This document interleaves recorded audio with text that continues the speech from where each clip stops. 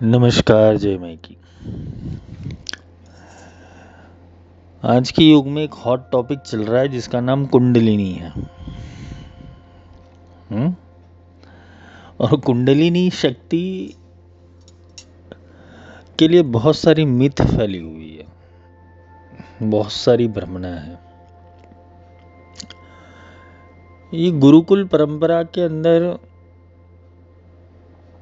कुंडलिनी जागृति तो एक सामान्य क्रम है।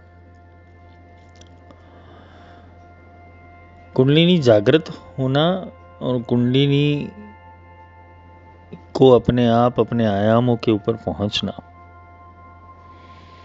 एक सामान्य चीज है। लोगों ने आज इसको बढ़ा चढ़ाकर अलग अलग प्रोपोगंडा में बेचने का एक तरीका समझा दिया है, जिसके कारण होता क्या है कि सही विज्ञान, सही ज्ञान लोगों के पास पहुंचता नहीं है। कुंडलिनी शक्ति अगर जागृत नहीं होती तो तुम जिंदा ही नहीं होते। तुम जिंदा हो उसकी वजह ही कुंडलिनी है। ये कुंडलिनी और कुछ नहीं है, सूक्ष्म शरीर है। तुमने एक फैंटेसी वर्ल्ड को पकड़ के रखा हुआ है। वो फैंटेसी वर्ल्ड का नाम है चक्रास हीलिंग, चक्राह वेकिंग, कुंडलिनी जागृति। सब चक्रों के नाम ले लेंगे, सब चक्रों के बीज मंत्र कर लेंगे। वो कुंडलिनी विषय को समझना और कुंडलिनी विषय को समझाना एक दुष्कर चीज है। और फिर भी इस जगत के अंदर जितने प्रपंच चल रहे उसका विरोध मेरा होता ही है। और ये विरोध इसलिए है क्योंकि लोग सही चीजों के ऊपर आ नहीं रहे। कुंडलिनी एक सामान्य प्रक्रिया है। कुंडलिनी इंसान के अंदर कभी भी जागृत हो सकती है। जरूरी नहीं है कि साधनात्मक व्यू से ही जागृत हो। कुंडलिनी एक ऐसा प्रोसेस है कि तुम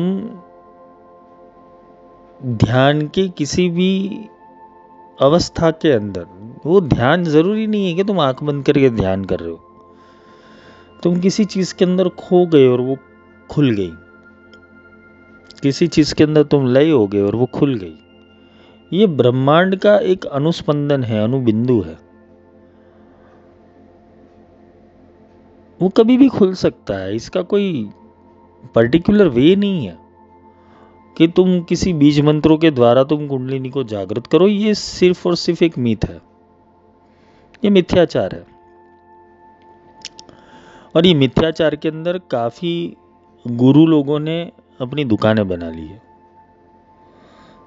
7 चक्रास हीलिंग, दिमाग स्थिर नहीं है उसका 7 चक्रा हीलिंग करोगे तो होगा क्या? अस्थिर हो जाएगा वो। चक्र स्टेबल अनस्टेबल जरूर होते हैं, जिसके भाव और प्रभाव तुम्हारे ऊपर चलते रहते हैं। एक होता है कुंडलिनी के भीतर रहना और एक होता है कुंडलिनी के बाहर रहना। कुंडलिनी है उसका दृष्टा हो जाना। ये कुंडलिनी है क्या, पहले तो वो तो समझो। कुंडलिनी एक शक्ति है और ये शक्ति ही तुम्हें जन्म देती है और ये शक्ति ही तुम्हें मृत्यु को प्राप्त करवाती है। इंसान स्थूल शरीर, सूक्ष्म शरीर, कारण शरीर, महाकारण शरीर, विराट शरीर, इन शरीरों का अभ्यास करता है। उसके लिए उसको स्थूल देह चाहिए। स्थूल देह वो तुम्हारा बहिर्मुख साधन है और सूक्ष्म देह तुम्हारा अंतर्मुख साधन है। इसको हम अगर कंप्यूटर की भाषा में समझने जाए तो स्थूल शरीर वो तुम्हारा हार्डवेयर है और सूक्ष्म शरीर वो तुम्हारा सॉफ्टवेयर है। क्योंकि तुम मन को और बुद्धि को देख नहीं पा रहे हो, ना चित्त को देख पा रहे हो, ना अंतकरण को देख पा रहे हो। तुम्हें पूछा जाए कि तुम्हारा मन, बुद्धि, चित्त, अहंकार किधर है, तुम्हें नहीं पता होगा, लेकिन वो रिप्रेजेंट कर रहा है हार्डवेयर के माध्यम से, यानी कि तुम्हारे शरीर के माध्यम से। मतलब सॉफ्टवेयर को हार्डवेयर की जरूरत पड़ती है। उसको ऊर्जा से या आत्मा से कोई लेना देना नहीं है, अभी भी समझ लेना। काफ़ी लोग समझते कुंडलिनी शक्ति जागृत हो गई और फिर मैं ये चमत्कार कर लूँगा, वो चमत्कार कर लूँगा। ये सारे सम्मोहन के अंदर वो इंसान 99 रुपये में अपनी कुंडलिनी जागृत करवाने के लिए कोर्स ज्वाइन करता है। फिर वो बाबा, चमत्कारी पुरुष, शक्तिपात देने वाला गुरु एक और बॉम्ब फोड़ता है कि तुम्हें मेरे 7 दिन का कोर्स करना पड़ेगा। वो 7 दिन के कोर्स के अंदर तुम्हारे मन को हिप्नोटाइज किया जाता है कि कुंडलिनी ऐसे जागृत होती। फिर 7 चक्रों के हिसाब से उसके बीज मंत्र, 7 चक्रों के हिसाब से उनके अफर्मेशन और 7 चक्रों के हिसाब से उनका हिप्नोटिज्म वो तुम्हें सिखाया जाता है और तुम अपने आप को कुंडलिनी जागृत करने वाले सिद्ध पुरुष समझ लेते हो। ये अभी की दुनिया में हो रहा है। 99 रुपये में सिर्फ कुंडलिनी जागृत। इतना सौला होता तो क्या बात थी, एक मजदूर भी अपनी कुंडलिनी जागृत कर लेता। 99 रुपये में तो भिखारी भी अपनी कुंडलिनी जागृत कर लेता। कुंडलिनी जागृत होना और कुंडलिनी को काबू में रखना, ये दोनों की अवस्था अलग है। काफ़ी बार कुंडलिनी इतना सम्मोहन कर देती है लोगों को, कुंडलिनी वर्ड से सम्मोहन हो जाता है। पूरी दुनिया ये कुंडलिनी वर्ड के पीछे पागल है। आज विदेश के अंदर भी कुंडलिनी शब्द इतना सम्मोहन वाला बन गया, सेक्रेड एनर्जी, कुंडलिनी अवेकिंग। अभी उसका अवेकिंग कुछ होता नहीं है, बस वो सिर्फ अपनी बुद्धि को ऐसे दिशा निर्देश करता रहता है कि वो कुंडलिनी अवेकिंग हो गई। कुंडलिनी जिसकी अवेकिंग हो गई, जिसकी जागृत हो गई, वो कुछ अलग बन जाता है। वो इस दुनिया का नहीं रहता है क्योंकि उसे सॉफ्टवेयर समझ में आ गया। हाँ, कुंडलिनी एक अनआइडेंटिफाई ऑब्जेक्ट है जिसको कोई जान नहीं पाया है और तुम्हारे शरीर में रहती है। और दूसरा, ये कुंडलिनी और कुछ नहीं है, जीवात्मा है। क्योंकि तुमने शास्त्रों का अभ्यास नहीं किया, ना तुमने बारीकाई से किसी योग का अभ्यास किया हुआ है। तुम एक सम्मोहन की क्रिया में फंस गए हो जिसका नाम कुंडलिनी है।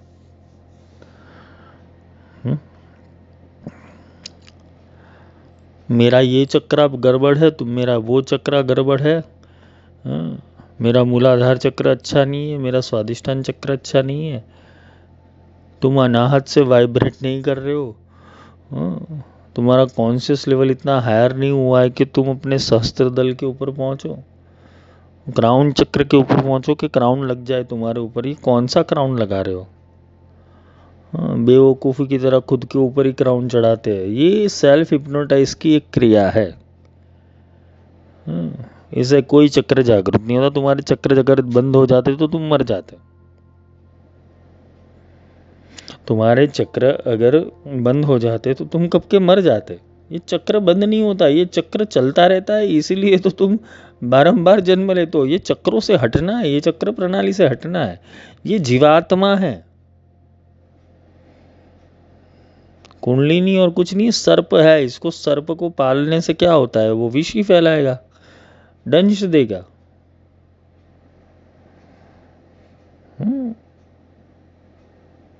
कुंडलिनी एक महाशक्ति है और उसको सामान्य बुद्धि वाला इंसान नहीं जगा सकता। जिसके पास रैम और एक्सेस मेमोरी नहीं है। कंप्यूटर के अंदर रैम का क्या उपयोग होता है? जो तुम्हारे हार्डवेयर का तो कुछ काम नहीं है, लेकिन सॉफ्टवेयर को अच्छे से रन करवा पाए। कुंडलिनी का यही प्रोग्राम है, कुंडलिनी का यही अभ्यास है कि वो तुम्हारी रैंडम एक्सेस मेमोरी को अच्छे से चला पाए। और रैंडम एक्सेस मेमोरी क्या है? तुम्हारी बुद्धि। मेमोरी मन के पास है, वो चलता बुद्धि से। बुद्धि को वो प्रलोभन देता है। ये बुद्धि के ऊपर, इंटेलेक्चुअल लेवल के ऊपर आना कि बुद्धि का काम तुम्हारे शरीर के अंदर क्या है, वो पृथक्करण करता है, वो एनालिसिस करती है। बुद्धि सही और गलत में भेद कर कर वो आगे चलती है और बुद्धि चलती है मन के इशारों के ऊपर। इसलिए सारे शास्त्रों के अंदर और सारे मंत्रों के अंदर सत्यम परम धीमहि, फिर आता है दिजाग्रम दिजाग्रम त्रोटम त्रोटम दीप्तम कुरु कुरु स्वाहा धीमहि धियो यो न प्रचोदयात्। ये धी को खोलने का काम वो गुरु करता है। गुरु कुंडलिनी को, तुम्हारी कुंडलिनी को बाईपास करवा देता है। गुरु का काम है तुम्हारी कुंडलिनी को उखाड़ कर फेंक देना, उसको सीधी कर देनी, उसके अंदर से विष निकाल देना। भगवान श्री कृष्ण ने कालियानाग का दमन किया, तुमने ताली बजा ली। वाह, भगवान ने कालियानाग का दमन किया, विष निकाला और गोकुल को बचा दिया। तुम्हारे अंदर ये थियरी रन कर रही है कितने टाइम से। तुम पुराणों के फैंटेसी वर्ल्ड के अंदर जीने वाले इंसान हो। उसके पीछे का लॉजिक नहीं समझा कि कृष्ण नाग के ऊपर कैसे चढ़ गए। गोकुल का अर्थ होता है गो यानी इंद्रिया, कुल यानी समूह। इंद्रियों का समूह वो गोकुल है, वो तुम्हारे अंदर ही गोकुल है। और मन वो मथुरा है।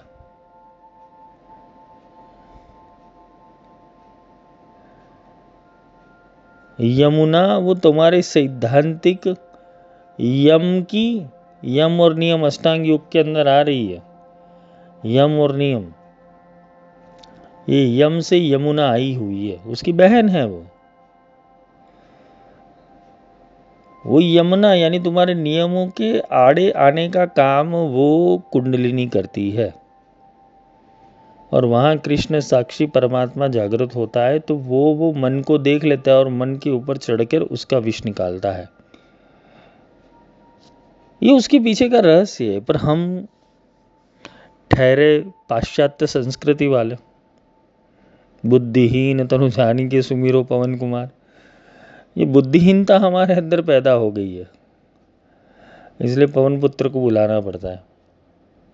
कृष्ण ने काली नाग को नाथ दिया, विष्णु नाग के ऊपर सो रहे, शेष नाग के अंदर सो रहे। भगवान शिव ने नाग को गले में धारण किया हुआ है।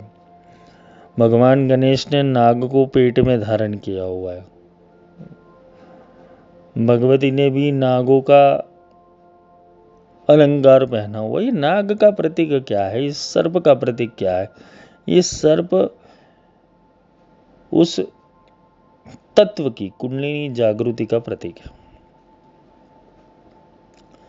जो अपनी कुंडलिनी के भीतर स्थिर होकर शांति से अपनी योग निंद्रा कर अंदर है। वो विशेष अणु है, मतलब उसको पूरे ब्रह्मांड का ज्ञान अपने आप शांति से योग निंद्रा के अंदर मिल रहा है। वो विशेष अणु विष्णु है। अब ये सिंपल परिभाषा है, इसको तुमने कॉम्प्लिकेटेड कर दिया। कितनी सारी पूजा पाठ कर ली तुमने। कृष्ण जी ने काली नाग नाथ लिया, तुमने ताली बजाई। और कभी दिमाग नहीं दौड़ाया कि कृष्ण ने काली नाग कैसे नाथा। मनुष्य अपनी लिमिटेशन को तोड़ने के लिए बना हुआ है। मनुष्य अपने जीव भाव को छोड़ने के लिए बना हुआ है। मनुष्य उत्क्रांति के लिए बना हुआ है। ये उत्क्रांति की परिभाषा ही भगवान ने अलग अलग रूपों के संदर्भ में दी हुई है। अब भगवान लक्ष्मण को और भगवान बलराम को, मैं भगवान इसलिए कहता हूं कि वो भी भगवान ही है।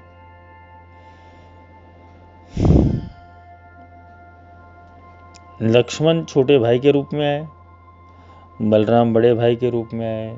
विष्णु के दोनों अवतारों में ये कुंडलिनी का रोल आया।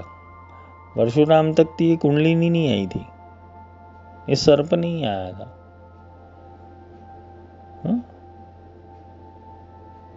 पर जब तुम स्थिति को प्राप्त करते हो, तुम धैर्य को प्राप्त करते हो, कुंडलिनी का अवतरण जरूरी है।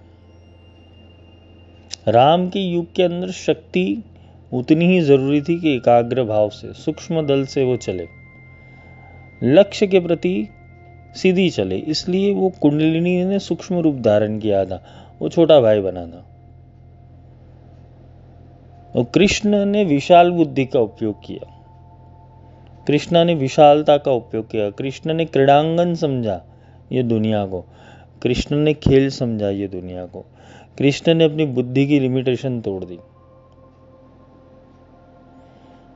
उसने सत्य असत्य की परिभाषा को तोड़ दी। इसलिए वहां कुंडलिनी का स्वरूप बड़ा बन गया। वो बड़ा छोटे को समझा रहा है कि भाई ऐसा नहीं करना चाहिए, वैसा नहीं करना चाहिए, लेकिन साक्षी किसी का सुनता नहीं है। आत्मा सुनता जरूर है। आत्मा कभी कभी कुंडलिनी का सुन लेगा।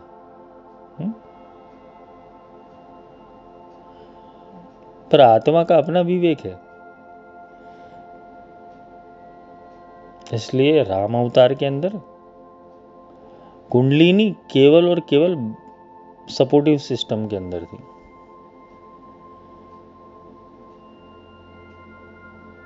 कृष्ण अवतार के अंदर वो कुंडलिनी खिली, लेकिन साक्षी के सामने कुछ नहीं कर पाई।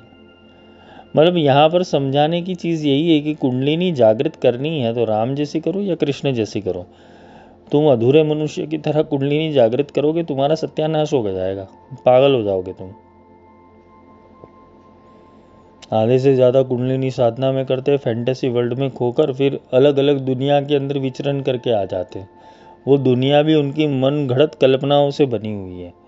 हाँ, मेरा मूलाधार जागृत हो गया, मेरा स्वाधिष्ठान जागृत हो गया, और बातें भी इतनी बचकानी करते हैं। हाँ, आजकल के पॉडकास्ट के अंदर भी कुंडलिनी विज्ञान आता है। मैं सोचता हूँ कि वाह, इतना सरल होता तो देखना ही क्या था। और पहले तो कुंडलिनी कोई जागृति का विषय है नहीं।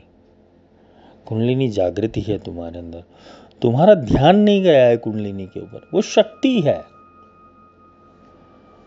वो शक्ति है जो तुम्हारे शरीर का संचालन कर रही है। वो विद्युत है।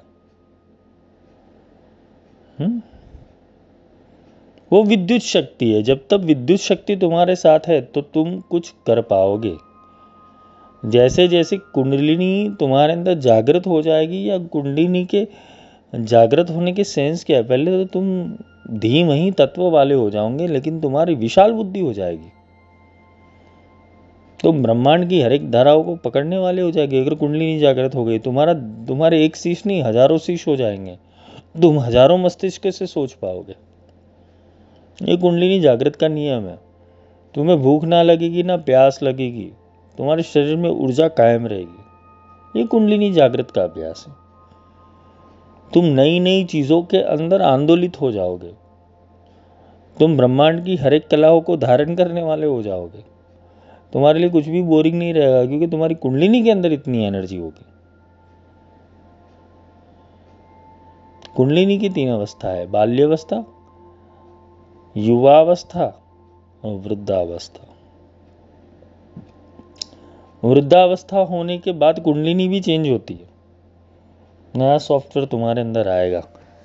जैसे विंडोज़ 98 ख़त्म होने के बाद विंडोज़ 2000 आया, एक्सपी आया, अलग अलग प्रोग्राम रन हुए ना विंडोज़ के अंदर। मतलब एक सपोर्टिव सिस्टम नहीं, लेकिन वो अपग्रेड हुआ।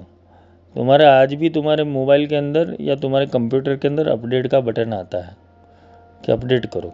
ये अपडेशन और कुछ नहीं है, वो तुम्हारी कुंडलिनी को नए आयामों के साथ जुड़ने का एक प्रोग्राम है। तुम्हारी कुंडलिनी अपडेट हुई कि नहीं? जिसकी कुंडलिनी जिस स्थिर के ऊपर होगी, जिस स्तर के ऊपर होगी, वो उतना ही ज्ञान ले पाएगा, वो उतना ही संकुचित बुद्धि वाला होगा। इसलिए कुंडलिनी समझ लेना, वो अगर वृद्धावस्था में फंस गई है तुम्हारी कुंडलिनी, तो तुम वही संचित कर्मों के अंदर बंधे जाओगे। तुम्हें अपडेशन की ज़रूरत है, अपडेटेड होना पड़ेगा। अपडेटेड कैसे हो पाओगे? नया ज्ञान लेना पड़ेगा।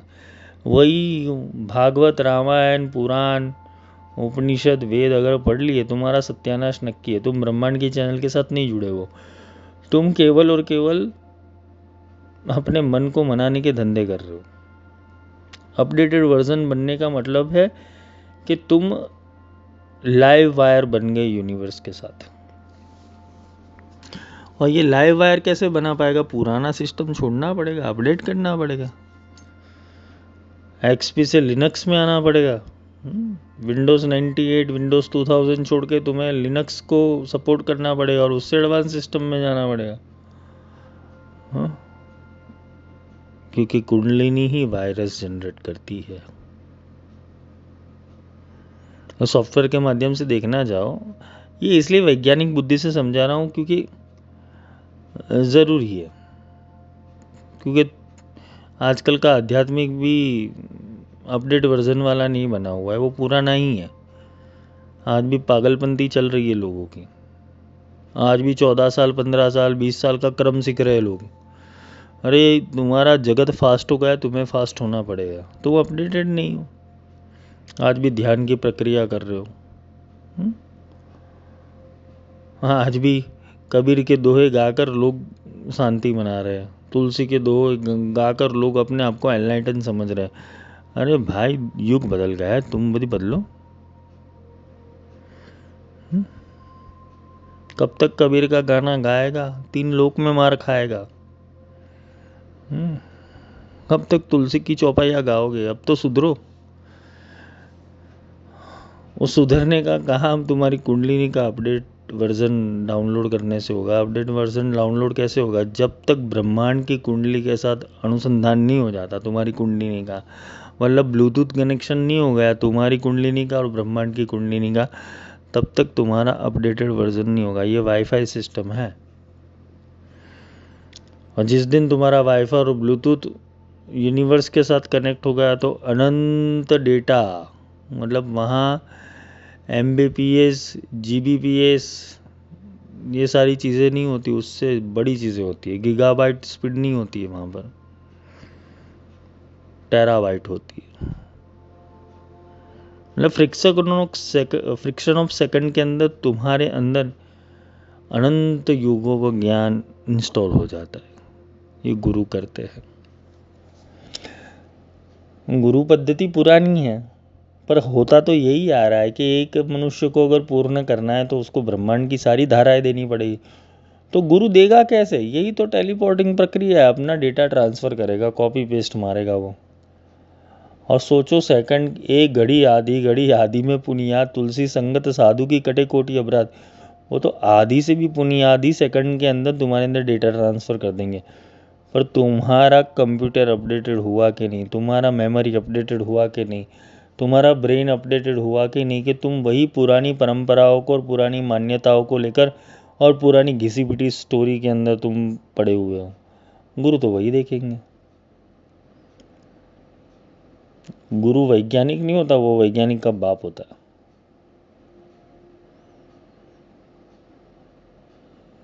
यहाँ से तो गुरु की शुरुआत होती है। वो तो एक कंप्यूटर थोड़ी बनाने वाला है, हज़ारों कंप्यूटर बना देगा। पर कंप्यूटर बनाने के लिए कोई आए तो सही, कि अपने दिमाग को मशीन बनाने के लिए आए तो सही, तो उसको अपग्रेड किया जाता है। उसके अंदर सॉफ्टवेयर इंस्टॉल किया। सॉफ्टवेयर है क्या? शक्तियाँ है, सिद्धियाँ है। अलग अलग सॉफ्टवेयर, अलग अलग सिद्धियाँ उसमें डाली जाती है, जिससे वो ब्रह्मांड का हर एक काम कर सकता है। पर ये कुंडलिनी का विषय ऐसा विचित्र विषय बन गया है कि उसको समझाने भी कैसे जाए। एक तो उसके 3 मुख है,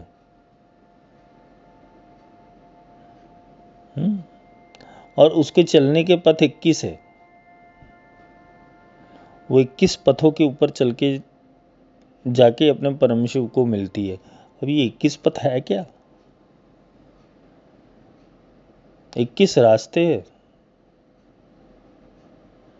और चक्र प्रणाली ऐसी नहीं कि 7 चक्रों तक सीमित है। चक्र तुम्हारे अंदर बहुत सारे पड़े हुए। वो तो कोई इंसान होगा जो 108 चक्र तक पहुंचा है। ऐसे बहुत सारे चक्र है तुम्हारे अंदर। चक्र ही चक्र है, क्योंकि बुद्धि चक्र में पड़ी हुई है।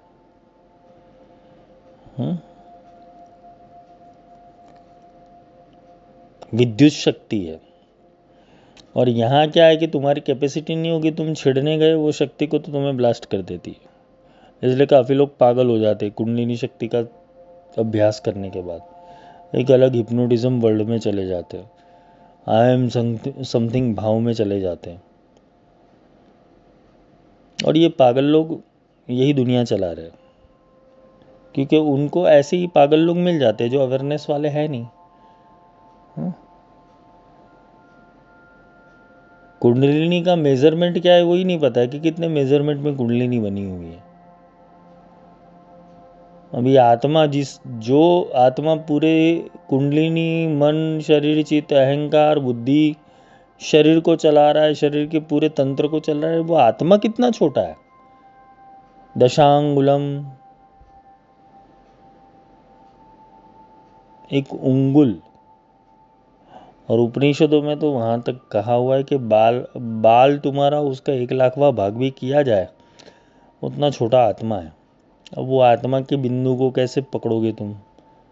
अब वो आत्मा का बिंदु जाके परम शिव की चेतना जाके तुम्हारी कुंडलिनी में अर्थिंग करती है, तभी जाके कुंडलिनी जागृत होती है। यहाँ जागृत और जागृति का अंतर समझ लेना।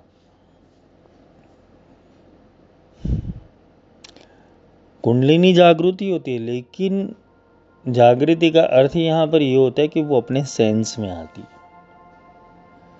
जब कुंडलिनी अपने सेंस में आती है तो जीव अपने उद्धार के मार्ग के ऊपर जाता है। वो जीव को अपना लक्ष्य पता चलता है। ये कुंडलिनी तक जाने का जरूरी इसलिए कि वो अपने लक्ष्य तक पहुंचे। ये रोड है, डेस्टिनेशन नहीं है। पागल लोग इसको डेस्टिनेशन समझ लेते हैं। कुंडलिनी जागेगी, फिर अपने परम शिव को मिलेगी। कहाँ देखने गए परम शिव को तुम? कुंडलिनी मूलाधार में और शिव जी सहस्त्रार में। अरे उल्टा भी हो सकता है, शिव जी मूलाधार में हो, कुंडलिनी सहस्त्रार में हो। मतलब कुछ भी शास्त्रों ने पढ़वाया, लेकिन प्रैक्टिकल अनुभव नहीं है तो इंसान कुछ भी पकड़ लेगा। मेरी कुंडलिनी शक्ति जागृत करूंगा, I am the power. Affirmation भी खुद ही देगा अपने आप को।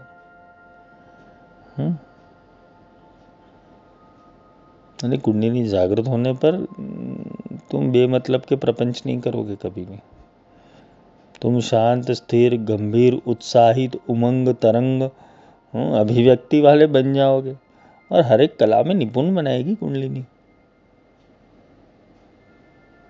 कुंडलिनी शक्ति है। वो कुंडलिनी के अंदर जब परम शिव की एंट्री होती है, मतलब चेतना बिंदु की एंट्री होती है, चेतना बिंदु मिलता है नाद ब्रह्म से। जब तक सपेरा बिन नहीं बजाएगा ना, तब तक नाक खड़ा नहीं होगा। ये समझ लेना।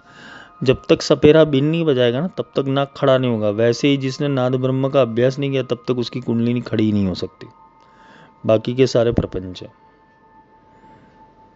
क्योंकि नाद में ही वो ताकत है जो सुषुप्त शक्तियों को जगा सके। इसलिए नादाधीनम जगत सर्वम, इस सूत्र दिया शास्त्रों ने, लेकिन हम बेवकूफ भूल गए। पॉडकास्ट वाले जमाने के अंदर शास्त्र का अध्ययन नहीं हो सकता, सीधी सिंपल बात है। और प्रैक्टिकल वस्तु समझने जाए, प्रैक्टिकल चीज़ें समझने जाए, तो कोई तो पुकारने वाला होना चाहिए जहाँ शक्ति खड़ी हो जाए। शक्ति को पुकारने वाला तो कोई होना चाहिए। और शक्ति केवल और केवल शिव के आवाज से शक्ति जागती है। और शिव कौन है? शिव ही नाद है। शिव के डमरू से ही वो कुंडलिनी जागृति है। इसलिए शिव के गले में भी सर्प पड़ा हुआ है, डमरू के बाजू में ही रखा हुआ है भगवान ने, कंट्रोल में रहना। तो कुंडलिनी शक्ति जागृत हो गई। फिर कुंडलिनी शक्ति जागृत होकर करेगी क्या? उसको कंट्रोल में भी करना पड़ेगा। उसके लिए सपेरा चाहिए जो बीन बजाए। ये बीन और कुछ नहीं है, तुम्हारे ब्रह्मांड से चल रही जो भी ऊर्जा है, जो भी स्पंदन है, जो भी ऊर्जा है, जो भी ध्वनियाँ हैं, वो जाके मिलती है तुम्हारे मूलाधार चक्र के अंदर। और वहाँ पड़ी हुई शक्तियाँ उसको सुनते सुनते सुनते सुनते सुनते ऊपर अपने शिव को मिलने के लिए आती हैं। ये बाईपास कर देती है रोड। कोई चक्र जागृत करने की ज़रूरत नहीं, वो अनायासी शिफ्टिंग ले आती है। ये ऊर्जा का शिफ्टिंग है। पर ये तो मेरे अनुभवों की बात है, तुम्हारे अनुभवों की नहीं। तुम जाओ, करो लम लम लम लम मम मम मम मम रम रम रम रम करो करो करो। क्योंकि मेरे अनुभव में तो ये आता है कि अगर गुरु ने वरद हस्त सिर के ऊपर रख दिया और तीसरे नेत्र के ऊपर उन्होंने अंगूठा लगा दिया, वो कुंडली झक मार के ऊपर आ जाएगी। शक्ति शिव के स्पर्श से आ जाती है। गुरु के शक्तिपात में वो पावर होता है। इसलिए गुरु शक्तिपात से ही कुंडलिनी जागृत कर लेते। ये मेरा अनुभव है, जरूरी नहीं तुम्हारा हो सके, क्योंकि मैंने तो फ्लाइट पकड़ी थी। तुम लोग पकड़ो रोड, चलो लम तक, लम से फिर वम की यात्रा पर 3-3 करोड़ 9-9 करोड़ बीज मंत्र करो। और जरूरी है, क्योंकि बुद्धिमान मनुष्य अपने समय को बचाएगा और दुर्बुद्धि इंसान क्रियाओं को पकड़ेगा। और गुरु के सानिध्य में, गुरु स्पर्श करे कि ना करे, उनके सानिध्य में बैठने के बाद अपने आप कुंडलिनी जागृत हो जाती है। ये मेरा अनुभव जनित विषय है। यानी गुरु कुंडलिनी के अंदर देवता गरुड़ को भी बिठा देते हैं, क्योंकि सर्प को पकड़ने वाला केवल गरुड़ होता है। वो सर्पों को पकड़ लेगा और यहाँ से बाहर भी लेगा। शेन कानन मही मर्दय मर्दय मुखम उत्पाटय उत्पाटय पात्रम पुरय पुरय यस सर्वम कथय करे। ये बगलाओं की ब्रह्मास्त्र माला मंत्र में ये मंत्र आता है। शेन कानन मही मर्दय मर्दय। शेन और कुछ नहीं, शेन को गरुड़ कहते। गरुड़ का सीधी संधि होता है प्राण से, प्राण शक्ति से। वो उतरती है नीचे।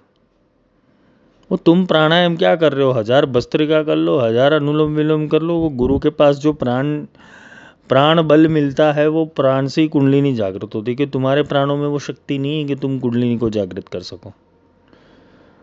वो गुरु की शक्तिपात में होता है कि प्राण अपने आप मूलाधार में जाता है और वहां से कुंडलिनी को कलेक्ट करके ऊपर आता है। वहां से शेन कानन मही मर्दय मर्दय मुखम उत्पाटय उत्पाटय होता है। फिर पात्र पूरता है तुम्हारा। ये पात्र और कुछ नहीं, तुम्हारी बुद्धि है। उसके अंदर पूरे ही तत्व यानी कि अमृत की वर्षा होती। यस सर्वम कथय कथय, मतलब कि सारी चीजों का तुम्हें दर्शन हो जाएगा। तुम भूत भविष्य वर्तमान तीनों कालों को देख पाओगे। पर ये उनके अंदर होता है जो गुरु भक्ति। देखो, भगवती सती कुंडलिनी का स्वरूप है, भगवती पार्वती भी कुंडलिनी का स्वरूप है। इसलिए मूलाधार चक्र के देवता गणेश है, पर शक्ति वो पार्वती है। इसे सुरता कहते हैं, सती कहते हैं। सती ही पार्वती बनी थी। जब अटल सुरती हो जाती तब वो पार्वती बनती है, और अटल सुरती नहीं होती तो वो सती बनती। और पार्वती भी सती थी, केवल शिव के आदेश को मानती थी। वैसे ही तुम्हारी कुंडलिनी है तब जागृत होती है जब वो शिव का आदेश मानती है। और शिव स्वयं में नटराज है। अनेकों नाद स्पंदन के द्वारा शिव तुम्हारे भीतर उतरते हैं। हिप्नोटिज्म इस लेवल के ऊपर है। लोग कल्पना के अंदर, लोग सम्मोहन के अंदर, लोग बुद्धि से, लोग तर्क से, लोग शास्त्रों से, लोग वाद विवाद से, लोग अलग अलग प्रकार की प्रक्रिया से, अलग अलग प्रकार के प्राणायाम से, मंत्र बीज के उच्चारण से, टोटके करके अपनी कुंडलिनी को जागृत करवाएंगे। कुंडलिनी जागृत है भाई। कुंडलिनी को जागृत करने की दिशा देनी है। जागृत होकर करेगी क्या? तुम्हें जगा दिया, फिर तुम्हारे पास लक्ष्य नहीं है, तुम क्या करोगे? चलो, सुबह तुम शांति से उठे, लेकिन तुम्हें 7 बजे उठा लिया। अब तुम सोने वाले थे 12 बजे तक। तुम्हें 7 बजे किसी ने उठा दिया। 7 बजे के बाद तुम करोगे क्या? तुम वापस वही करोगे, अरे सोने दो यार। कुंडलिनी जगा कर तुम करोगे क्या? तुम्हारे पास लक्ष्य क्या है? तुम्हें ना बड़ा इंसान बनना है, ना बुद्धिमत्ता वाला इंसान बनना है, ना ही साइंटिस्ट बनना है, ना ही कोई योग्य गुरु बनना है, ना ही कोई महान अवतार बनना है। अगर तुम्हारे सूक्ष्म छोटे छोटे स्वप्न हैं, जिस स्वप्न की कथा के अंदर राजकुमारी और राजकुमार है, तुम्हारी छोटी कथाओं के अंदर तुम कहीं अनिल अंबानी, कहीं मुकेश अंबानी, कहीं अडानी बनना चाहते हो, कहीं कोई बिल्डर बनना चाहते हो, कोई गाड़ी लेना चाहते हो, कोई मकान लेना चाहते हो। अगर तुम्हारी विशेष इतनी है तो तुम्हारी कुंडलिनी जागृत होकर करेगी भी क्या? क्योंकि कुंडलिनी वो सती है, कुंडलिनी वो पार्वती, कुंडलिनी है वो शक्ति है। वो जाएगी अपने शिव से मिलने के लिए ही। और इसके कारण ही लोगों का फैंटेसी वर्ल्ड इतना है कि मैं मूलाधार बीज को कंप्लीट कर दूँ तो मूलाधार बीज से प्राप्त हुई ऊर्जा से मैं अपने फाइनेंस को सुधार सकता हूँ। बात कहीं ना कहीं सही है, गलत नहीं है, कि ये माया का काम माया से होता है, पर उसका मार्ग अलग अलग है। लंबी जपने से तुम्हारा मूलाधार चक्र जागृत नहीं होगा। एक बॉल को एक रोड के अंदर डालो, एक स्टील का बॉल लो और एक स्टील का रोड लो, और रोड की क्वालिटी ऐसी बनाओ को वो नीचे से थोड़ी वाइड हो और ऊपर से थोड़ी नैरो हो, और उसके अंदर बॉल फेंको। वो जहाँ जहाँ भी ट्रैवल करेगा वहाँ वहाँ ध्वनियाँ अलग अलग प्रकार से आकार लेगी। वैसे ही कुंडलिनी का विज्ञान है कि जब नाद प्रवेश करता है तब वो शुरुआत में ओमकार का रूप धारण करता है और बीच में जाकर लम से मिलता है, और इसमें से ही अलग अलग स्वरूप होकर वो अलग अलग बीज मंत्रों की रचना करता है। तो ये जैसे शम शम शम शम शम शम जो भी 4 पंखुड़ियों के अंदर बीज मंत्र है, हाँ, 16 पंखुड़ियों के अंदर बीज मंत्र है, 10 पंखुड़ियों के अंदर बीज मंत्र है। ये बीज मंत्र और कुछ नहीं है। जब वो चक्र घूमता है तुम्हारे अंदर तो ऐसी आवाज़ आती है। कुंडलिनी ऊर्जा को समझनी चाहिए इंसान को। कुंडलिनी ऊर्जा एक विद्युत समान है। जब वो विद्युत को धारण करते हो तो तुम अनंत प्रकाशमय पुंज को प्राप्त करते हो। उसके अंदर भयंकर शक्ति पड़ी हुई है, क्योंकि आत्मा का और जीव का, आत्मा का और कुंडलिनी का एक दूसरे के साथ बहुत गहरा संबंध है। भगवान कृष्ण जब जन्म लिए थे और उनको मथुरा छोड़ने गए तो पीछे शेषनाग आया कि था छत्र बन के।